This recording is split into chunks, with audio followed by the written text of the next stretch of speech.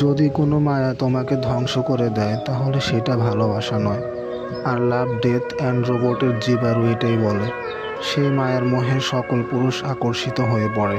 কেউ কেউ ঘোরের মধ্যে থেকে যায়, কেউ নিজের ধর্মের সেবা, অনুগত্য ও নিজের কর্মফলের পরোয়া না করে সেই মায়াতে মুগ্ধ হয়ে একজন ছাড়া, কারণ তার কাছে সেই মায়ের কোনো মূল্য ছিল না। সে শুধু স্বর্ণ আর দেহ চেয়েছিল। ওদের ভালোবাসা এতই গভীর ছিল যেন আকাশ ছুঁয়ে গেছে, কিন্তু সেই ভালোবাসা কষ্ট দিত। তাকে পাওয়াও সহজ ছিল না, তার স্পর্শও ব্যথা দিত। তাও ওরা একে অপরের জন্য পাগল ছিল। কেউ কারো যোগ্য ছিল না, কারণ ওদের ভালোবাসা নয়, স্বার্থ ছিল। নাইট সিরেনের শরীর থেকে সকল স্বর্ণ নিয়ে নেয় আর তার শরীর সেই নদীতেই ফেলে দেয়, সাথে তার ভালোবাসাও। সিরেনের ভালোবাসার লাল রং সেই ঝর্ণাতে অমর হয়ে যায়। যদিও সেই ভালোবাসা বেদনা দিত, কিন্তু সেটা অবধারিত ছিল। এখন সে সব শুনতে পাচ্ছিল।